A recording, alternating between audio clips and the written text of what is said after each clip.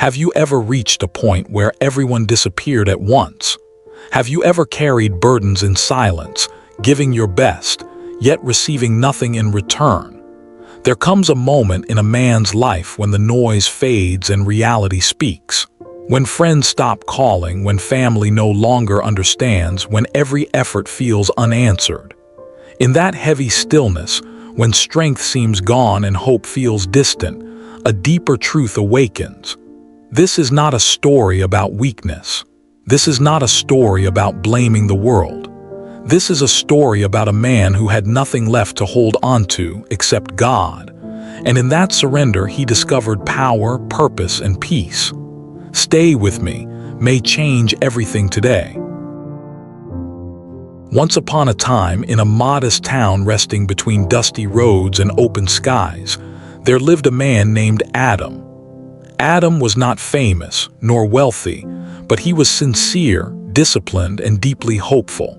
He worked beside his mother in a small repair shop, fixing broken tools and worn furniture for neighbors who trusted his hands. His mother taught him patience, honesty, and the belief that effort always mattered. But fate changed quietly. One season, illness entered their home. Within months, his mother passed away, leaving Adam alone with grief, unpaid debts, and a shop half filled with unfinished work. Adam believed his relatives would stand by him. Blood, he thought, meant support. Yet days after the burial, they arrived not with comfort but with demands. Papers were signed, assets were claimed, and promises were forgotten.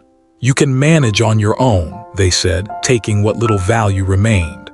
By sunset, Adam stood in an empty shop, holding keys that no longer opened opportunity. The town felt smaller. The silence felt heavier. He moved into a narrow room behind the shop.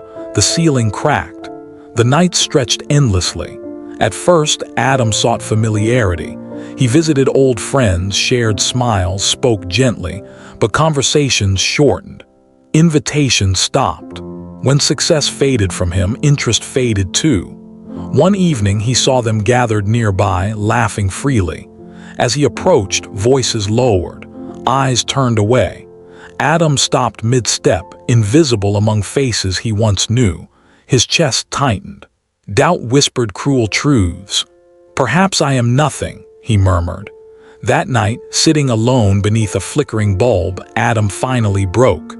He bowed his head and spoke softly into the stillness, unsure who listened. "God, if you see me, I have nothing left. No support, no direction, only this heart that refuses to quit." The room remained quiet, yet something unseen settled within him, calm and steady, like strength returning home. Before dawn, Adam rose from the floor where he had slept. His body ached, but his spirit felt awake. He looked around the broken shop and understood a truth he had avoided.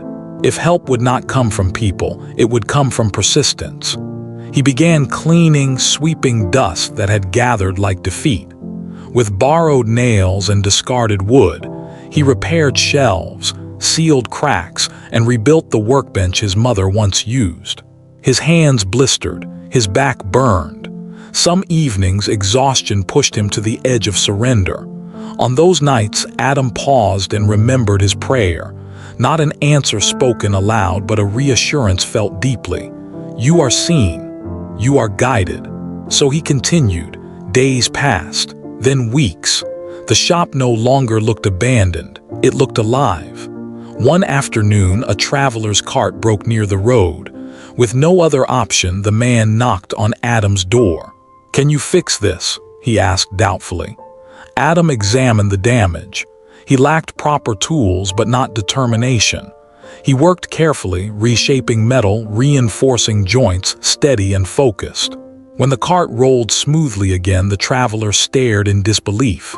"Who taught you this?" Adam paused, then answered simply, "Life did, and God." The man paid him fairly and shared the story elsewhere. Soon, others arrived. A farmer needed a handle repaired.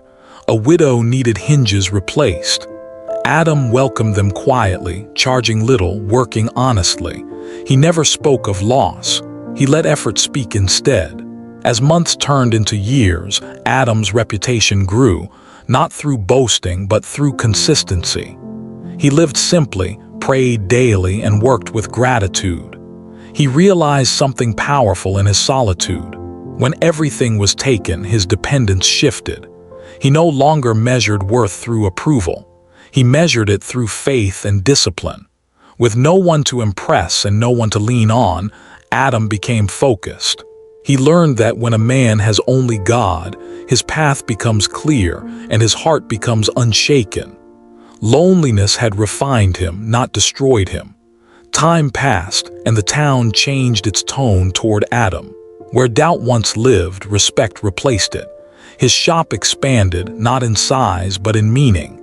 People trusted him with what mattered. One afternoon, familiar faces appeared at his door.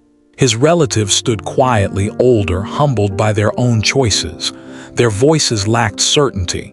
"We treated you unfairly," one admitted. "We didn't believe you would survive." Adam listened without anger. The pain had already taught him forgiveness. "I lost everything once," Adam replied calmly, "but in that emptiness I gained what cannot be taken." He spoke not with pride but peace. They left thoughtfully, carrying lessons heavier than regret. Adam returned to work unchanged.